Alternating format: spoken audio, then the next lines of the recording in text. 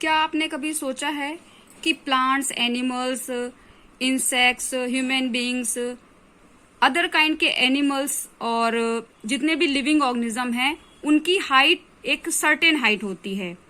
सभी की हाइट एकदम फिक्स होती है। जैसे कि अगर यहाँ पे हम देखें, ये हर्ब बना हुआ है, कोरिएंडर प्लांट अगर हम इसे कंसीडर करें तो 1.5 फीट तक इसकी हाइट होती है। इसी तरह मान लीजिए इसे हम इसको मैंगो ट्री को देखें तो इसकी हाइट इससे कहीं ज्यादा होती है, बट इनकी भी एक सर्टेन हाइट होती है और एक सर्टेन हाइट तक ही ये बढ़ते हैं। इसी तरह अगर ह्यूमन बीइंग्स की बात करते हैं तो 5 से 6 फीट नॉर्मल हाइट होती है ह्यूमन बीइंग्स में। तो ये ऐसा क्यों होता है? और एलिफेंट्स की हाइट इतनी, तो ये हाइट कैसे एक सर्टेन हाइट क्यों होती है? इसे कौन कंट्रोल करता है? ये लिविंग ऑर्गेनिज्म की बॉडी में ऐसा क्या होता है जो इन सबको कंट्रोल करता है? तो इन सबको कंट्रोल करता है ग्रोथ हार्मोन। ग्रोथ हार्मोन एक हार्मोन है जो लिविंग ऑर्गेनिज्म की बॉडी में ही बनता है, कंट्रोल करता है ग्रोथ को। तो आज हम डिस्कस करने वाले हार्मोन, ये हार्मोन कहाँ बनते हैं हमारी बॉडी में, कैसे ये वर्क करते हैं, ये सब हम आज की वीडियो में जानेंगे। तो ग्रोथ हार्मोन एक हार्मोन है और इसी तरह के और अदर हार्मोन्स भी हमारी बॉडी में बनते हैं।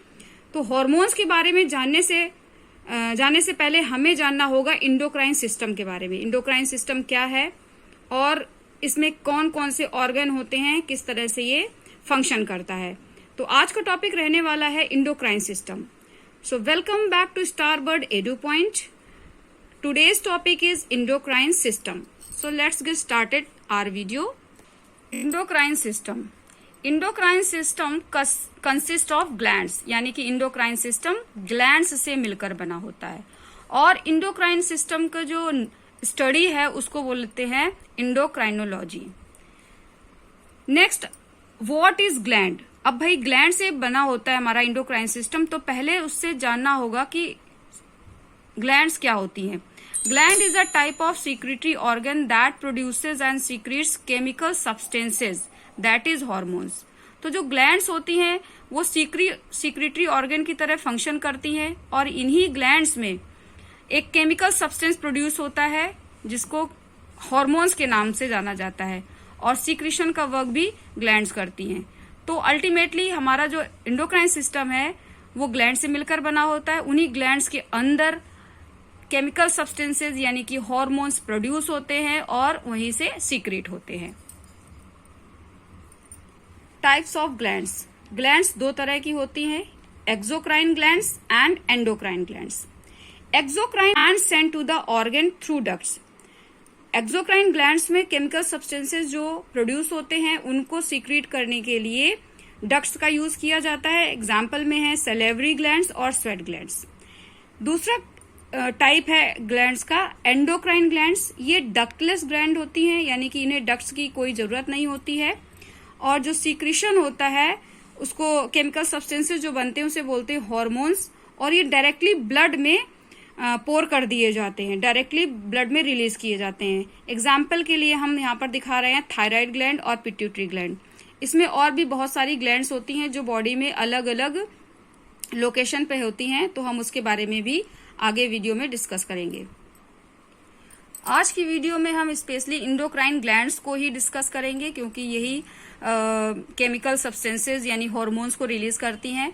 So endocrine glands secrete hormones also known as chemical messenger, यानी हार्मोन्स जो सीक्रेट करती हैं इंडोक्राइन ग्लैंड्स उन्हें केमिकल मैसेंजर के नाम से भी जाना जाता है।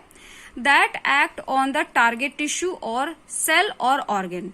ये केमिकल मैसेंजर एक टिश्यू पे, सेल पे और ऑर्गन पे एक्ट करते हैं, यानी कि कोई मैसेज जो लेकर जाते हैं उसके अकॉर्डिंग वहां पर फंक्शन या अपना रोल प्ले करते हैं। सो यहाँ पर हम एक ब्रीफ इंट्रोडक्शन लेंगे कि फंक्शंस क्या होते हैं या हार्मोन्स किस तरह से वर्क यहाँ पे करते हैं। जैसे फंक्शंस ऑफ हार्मोन्स में सबसे पहले है इनका फंक्शन मेटाबॉलिज्म, यानी मेटाबॉलिज्म में हेल्प करते हैं। ग्रोथ एंड डेवलपमेंट में भी इनका मेन रोल होता है।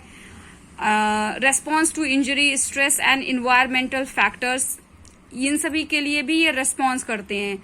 एनर्जी लेवल को मेंटेन रखते हैं बॉडी में।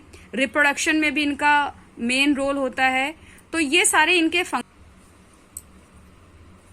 यहाँ पर आपके दिमाग में हो सकता है ये क्वेश्चन उठ रहा होगा कि हार्मोन्स तो ब्लड में रिलीज कर दिए जाते हैं, फिर हार्मोन्स को कैसे पता होता है कि किस सेल के पास, किस टिश्यू के पास जाना है, कहाँ पे फंक्शन परफॉर्म करना है।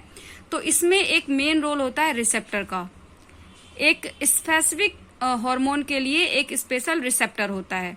तो जो सेल होती है उसमें रिसेप्टर्स इस तरह से होते हैं और हार्मोन्स उन्हीं रिसेप्टर के साथ बाइंड करते हैं और अपना फंक्शन परफॉर्म करते हैं।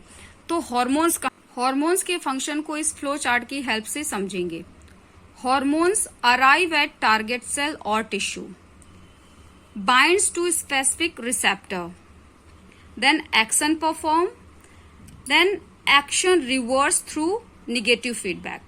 तो यहाँ पर है कि हार्मोन्स जो होते हैं अपने टारगेट टिश्यू तक पहुंचते हैं और इनका सीक्रेशन होता कब है, इनको स्टिमुलस मिलता है एक किसी फंक्शन के लिए, तब हार्मोन्स रिलीज होना स्टार्ट होते हैं, यानी कि सीक्रेट कर देती हैं ग्लैंड्स ब्लड में, और हार्मोन्स टारगेट टिश्यू तक पहुंचते हैं, वहां पर रिसेप्टर के साथ बाइंड करते हैं और फिर अपना एक्शन परफॉर्म करते हैं, अपना जो भी उनका वर्क होता है वो वहां पर करते हैं। उसके बाद एक निगेटिव फीडबैक जाता है जिससे कि जो एक्शन हुआ था रिवर्स होता है, यानी कि हार्मोन्स का सीक्रेशन बंद होता है।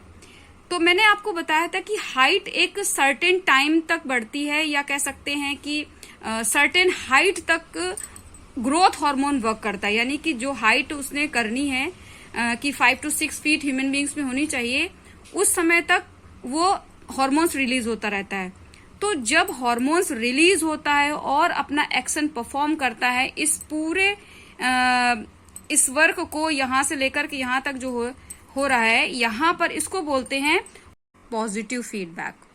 उसके बाद फिर निगेटिव फीडबैक का काम स्टार्ट होता है, यानी कि अब ग्रोथ एक सर्टेन हाइट तक हो चुकी है, अब हाइट को और नहीं बढ़ाना है, तो यहां पर एक निगेटिव फीडबैक जाता है जो ग्लैंड को बताता है कि इस हार्मोन का सीक्रेशन अब बंद कर दिया जाए।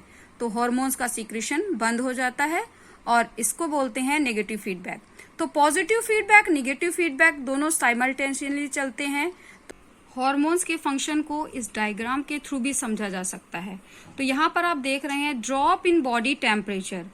बॉडी का टेम्परेचर जब ड्रॉप करता है तो ये एक स्टिमुलस है और ये स्टिमुलस जाता है ब्रेन तक, यानी कि ये स्टिमुलस क्या है, एक मैसेज है जो ब्रेन को जाता है।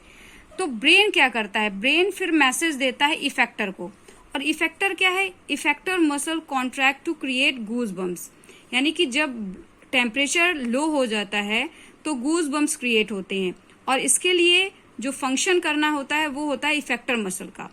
अब इफेक्टर मसल जो होती है वो कॉन्ट्रैक्ट करती है, लेकिन कॉन्ट्रैक्ट करने के लिए एक हार्मोन को रिलीज करती है, ठीक है। तो हार्मोन जब रिलीज होता है तो गूज बम्स आते हैं, यानी कि आपके जो रोए होते हैं वो खड़े हो जाते हैं। अब इसी के साथ क्या होता है, इंक्रीज बॉडी टेम्परेचर, फिर से ये जो बॉडी टेम्परेचर क्या है कि इंक्रीज करता है, यानी कि फिर से एक ये स्टिमुलस क्रिएट हुआ, और ये किसको गया, ये गया ब्रेन को, और ब्रेन फिर क्या करता है, ग्लैंड को बताता है कि अब साइकिल को इनहिबिट कर दीजिए, यानी कि इफेक्टर मसल का फंक्शन यहाँ पर रुक जाता है और हार्मोन्स का रिलीज भी रुक जाता है। तो यहाँ पर जो स्टिमुलस पहले आया और ब्रेन को गया, ब्रेन से जब इफेक्टर मसल ने हार्मोन को रिलीज किया तो यहां से लेकर के यहां तक हुआ एक पॉजिटिव फीडबैक। उसके बाद में दोबारा स्टिमुलस क्रिएट हुआ, बॉडी टेम्परेचर बढ़ा और साइकिल इनहिबिट हो गई, तो ये हुआ आपका निगेटिव फीडबैक। तो दोनों पॉजिटिव और निगेटिव फीडबैक साइमल्टेनियसली चलते हैं। और ये क्यों होता है, यानी कि पॉजिटिव फीडबैक के बाद निगेटिव फीडबैक क्यों हुआ, अगर नहीं होगा तो हार्मोन का सीक्रेशन होता रहेगा जो कि ठीक नहीं है, यानी कि जिस टास्क के लिए हार्मोन का सीक्रेशन हो रहा है उस टास्क को कंप्लीट करने के बाद हार्मोन का सीक्रेशन बंद होना चाहिए, इसके लिए निगेटिव फीडबैक होता है। और इसको हम इस तरह भी समझ सकते हैं कि पॉजिटिव और निगेटिव फीडबैक साथ में होते हैं, और जो स्टेटस बनता है, यानी कि उस समय जो एक कंडीशन बनती है उसको बोलते हैं होम्योस्टैसिस। होम्योस्टैसिस एक कंडीशन होती है, यानी कि ये एक स्टेट होती है और इसको बनाए रखना बॉडी में बहुत जरूरी है। स्टैसिस को हम इस तरह से डिफाइन कर सकते हैं, a state of balance among all the body systems needed for the body to survive and function correctly. तो होम्योस्टैसिस की कंडीशन को मेंटेन रखना भी बहुत जरूरी होता है। यहाँ पर इंडोक्राइन सिस्टम के बारे में और उसकी ग्लैंड्स के बारे में थोड़ा सा और डिस्कस कर लेते हैं। तो endocrine system is made up of organs called glands. Endocrine system जिन ऑर्गन से मिलकर बना होता है उन्हें ग्लैंड्स कहते हैं। These glands are present in all over the body. हमारी बॉडी में, पूरी बॉडी में ये अलग अलग स्थानों पर लोकेटेड रहती हैं, including in neck, brain and reproductive organs. ठीक है, हमारी बॉडी में नेक में, ब्रेन में और रिप्रोडक्टिव ऑर्गन्स में भी इंडोक्राइन सिस्टम की ग्लैंड्स प्रेजेंट होती हैं। The endocrine system includes pituitary glands, hypothalamus, pineal gland, thyroid gland, parathyroid gland, thymus, adrenal gland, pancreas, ये हमारी ग्लैंड्स होती हैं। टेस्टिस और ओवरीज भी हमारी बॉडी में ग्लैंड्स होती हैं, बट ये थोड़ा सा इनमें डिफरेंस ये होता है कि टेस्टिस मेल्स में प्रेजेंट होती हैं, ओवरीज एंड प्लासेंटा ये फीमेल में प्रेजेंट होती हैं। प्लासेंटा एक ऐसी ग्लैंड है जो प्रेगनेंसी के टाइम में इसका फंक्शन होता है। आज की वीडियो में इतना ही इंडोक्राइन सिस्टम के बारे में, और नेक्स्ट वीडियो में हम इन सभी ग्लैंड्स को एक एक करके डिटेल में डिस्कस करेंगे। तो नेक्स्ट वीडियो भी जरूर देखिएगा आप लोग, और आपके लिए डेफिनेटली बहुत हेल्पफुल होगी। तो मिलते हैं नई वीडियो में, तब तक के लिए बाय बाय।